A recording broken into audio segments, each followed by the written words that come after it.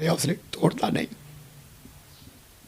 وہ ہمارے حوصلے بلند کرتا ہے، وہ ہمیں حوصلہ دیتا ہے بجائے اس کے کہ ہم اسے حوصلہ دیں، وہ ہمیں گرتے ہوئے کو اٹھاتا ہے۔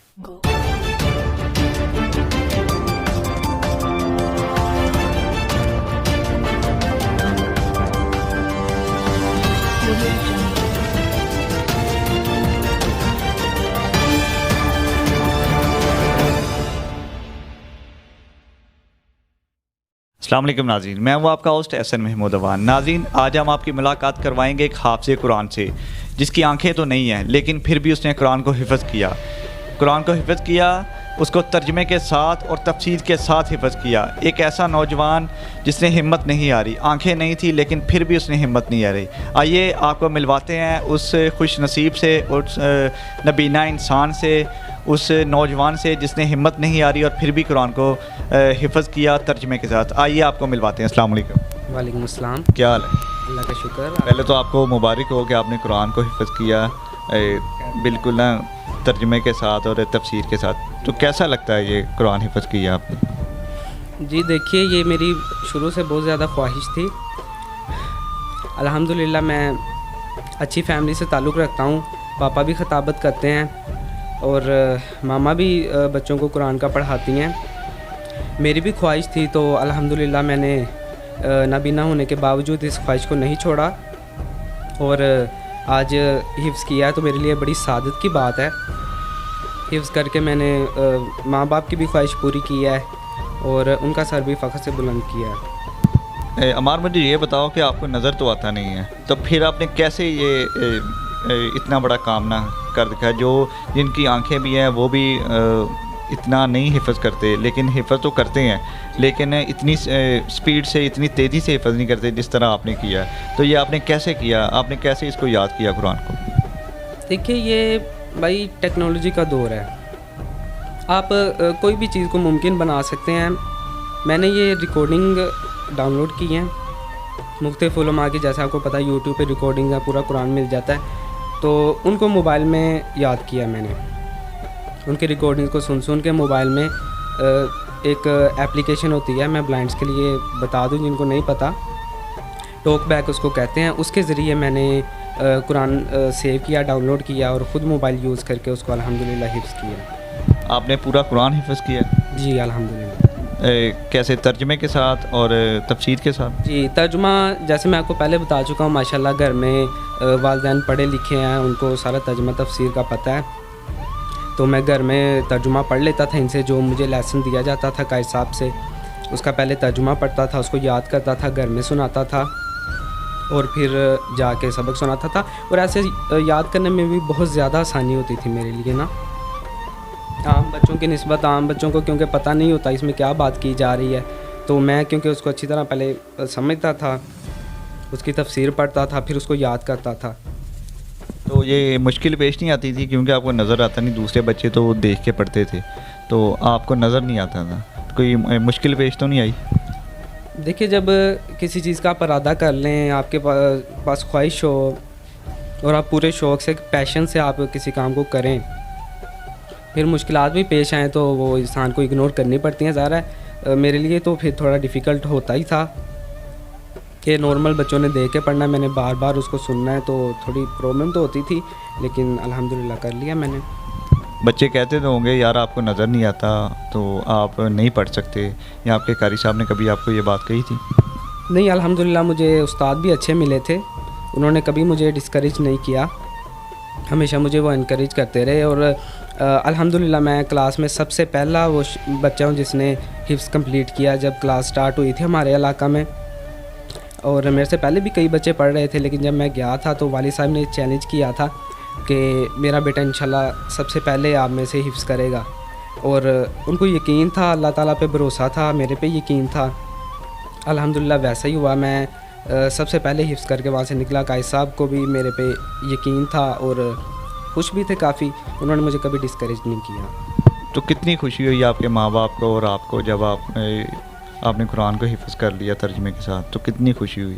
جی ظاہر ہے یہ خوشی کی بات تو ہے ہی پھر والدین کے لیے، جو ان کی بہت دیر سے خواہش تھی، جب میں بالکل ایک نارمل بچہ بھی تھا، اس کے بعد میں بلائنڈ ہوا، تب بھی ان کی یہی خواہش تھی، تو تب زیادہ مشکلات بڑھ گئیں میرے لیے، لیکن اب میں نے کمپلیٹ کیا ہے تو ان کے لیے بھی سعادت مندی کی بات ہے، اور وہ خوش نصیب سمجھتے ہیں اپنے آپ کو، فخر محسوس کرتے ہیں میرے جیسا بیٹا ہونے پہ۔ ہمارا آپ کو پہلے نظر آتا تھا تو کسی حادثے میں آپ کی آنکھیں گئی ہیں، تو اب کیسا لگتا ہے؟ جب نظر آتا تھا تو تب کیسا لگتا تھا؟ دیکھیے میں اس بات میں خوش ہوں کہ جس بات میں اللہ تعالیٰ مجھے رکھنا چاہتا ہے، جس بات میں اللہ تعالیٰ میری بہتری سمجھتا ہے، کیونکہ ہم سب لوگ جانتے ہیں مسلمان، ہمارا اس چیز پہ ایمان ہے کہ اللہ تعالیٰ کوئی کام بھی کرتا ہے تو انسان کی بہتری کے لیے ہوتا ہے۔ اب کیا پتہ اس میں میرے لیے کس قسم کی بہتری تھی، میں بالکل پہلے نارمل تھا، پھر ایک روبری میں، ایک ڈکیتی میں میرے سر میں فائر لگا تھا، جس کے بعد میری بینائی جاتی رہی تھی 12 سال کی عمر میں، لیکن پھر بھی میں مایوس نہیں ہوا ہوں، اللہ کا شکر ادا کرتا ہوں کہ اللہ تعالیٰ نے میرے لیے کوئی اس میں بہتری رکھی تھی۔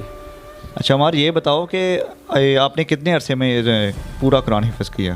یہ میں نے بھائی تقریباً 1.25 سال کے عرصے میں قرآن مکمل حفظ کر لیا تھا، پورا ترجمے کے ساتھ؟ جی۔ تو آگے کوئی خواہش ہے پڑھنے کی؟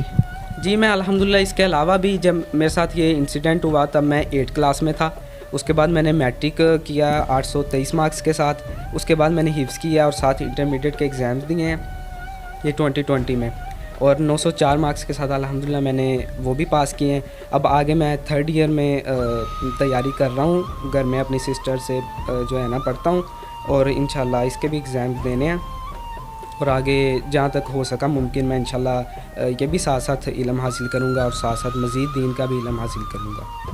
تو کیا اپنے جیسے نوجوانوں کو کیا پیغام دیں گے آپ؟ پیغام جو سب سے بیسک پیغام ہے، سب سے ضروری ہے، وہ یہی ہے کہ سب سے بڑی غلطی وہ کرتے ہیں، مایوس ہو جاتے ہیں۔ میں ان کے والدین کو، ان کے گھر والوں کو، سوسائٹی کو بھی خاص طور پہ یہ پیغام دینا چاہوں گا کہ یہ لوگ بھی اللہ تعالیٰ نے ان کو کسی مقصد کے لیے بنایا ہے، یہ بے مقصد پیدا نہیں ہوئے ہیں، ان کو بھی اللہ تعالیٰ نے ذہن دیا ہے، کچھ صلاحیتیں ان کے پاس بھی ہیں جن سے ہم فائدہ اٹھا سکتے ہیں، بس 2-3 کام کرنے ہوں گے، ان کو انکریج کریں۔ میں گورنمنٹ سے بھی ریکویسٹ کرتا ہوں کہ وہ بھی کچھ ہمارے لیے سہولیات، فیسیلیٹیز جو ہے وہ امپروو کریں، کچھ فیسیلیٹیز جو نہیں ہیں، جو یورپین کنٹریز میں ہم دیکھ کے تو ان کی خواہش کرتے ہیں، وہ یہاں پہ ہونی چاہیے۔ سوسائٹی کو ایجوکیٹ کرنا چاہیے کہ یہ بھی ٹیلنٹ سے بھرپور لوگ ہوتے ہیں، ڈسیبل کسی بھی قسم کے ہوں تو ان کو بھی پوری طرح ایجوکیٹ کرنا چاہیے اور ان کی صلاحیتوں سے بھی فائدہ اٹھانا چاہیے۔ اور میں بلائنڈس کو خاص طور پہ پیغام دوں گا کہ وہ اپنے آپ کو کسی سے کم نہ سمجھیں اور پوری طرح اپنا پڑھائی میں دل لگائیں، انشاءاللہ اللہ تعالیٰ ان کو ضرور کوئی نہ کوئی مرتبہ مقام دے گا۔ جی تو ناظرین، آپ نے سنا کہ جو نبینہ ہے اس کو بھی اپنی ہمت نہیں ہارنی چاہیے، اس کو کوشش کرنی چاہیے کہ وہ زیادہ سے زیادہ وہ کام کرے اور لوگوں کو کر کے دکھائے کہ اس کے اندر بھی صلاحیت ہے، اس کے اندر بھی ہمت ہے، اور ماں باپ کو بھی چاہیے کہ اس کا ساتھ دے، بہن بھائیوں کو چاہیے، سوسائٹی کو بھی چاہیے کہ اس کا ساتھ دیں، اور ایسے بچے پھر حافظ بھی بنیں گے اور ملک کو بھی سنبھالیں گے، کچھ نہ کچھ کر کے دکھائیں گے اگر آپ ان کا ساتھ دیں گے۔ آئیے بات کرتے ہیں ان کے والد سے اور ان سے پوچھتے ہیں کہ اس بچے کے ساتھ کیسے حادثہ پیش آیا۔ آئیے ان کے والد سے بات کریں۔ السلام علیکم۔ وعلیکم السلام۔ کیا حال ہے؟ الحمدللہ۔ کیسے یہ بچے کے ساتھ حادثہ پیش آیا؟ یہ بالکل ٹھیک تھا اور اب یہ بلائنڈ ہو گیا ہے، تو کیسے یہ حادثہ پیش آیا؟ بچہ یہ 12 سال اس کی عمر تھی، ہم ساری فیملی اپنے گاؤں پیچھے جا رہے تھے، تو رات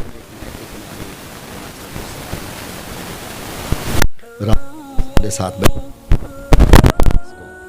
درمیانی رات تھی، تو سامنے کچھ لوگ اسلحہ لے کے آ گئے۔ اب مجھے سمجھ نہیں آ رہا تھا کہ یہ کوئی دہشت گرد ہیں، قتل کرنا چاہتے ہیں یا کوئی ڈکیت ہیں، کوئی سمجھ نہیں آ رہی تھی، میں کنفیوز ہو گیا۔ گاڑی میں نے بالکل سلو کر دی، راستہ کچا تھا، بارش ہوئی تھی، میں نے تھوڑی سلو کی تو انہوں نے بغیر کچھ دیکھے یا بلائے یا روکے انہوں نے آہستہ گاڑی تھی فائرنگ کھول دی۔ میں پریشان ہو گیا، پتہ نہیں یہ کیا کرنا چاہتے ہیں۔ انہوں نے فائر کیے تو میرے اس بازو پہ لگا، میرے بیٹے کے یہاں پہ لگا اور ادھر سے نکل گیا پورے سر کو پار کرتا ہوا۔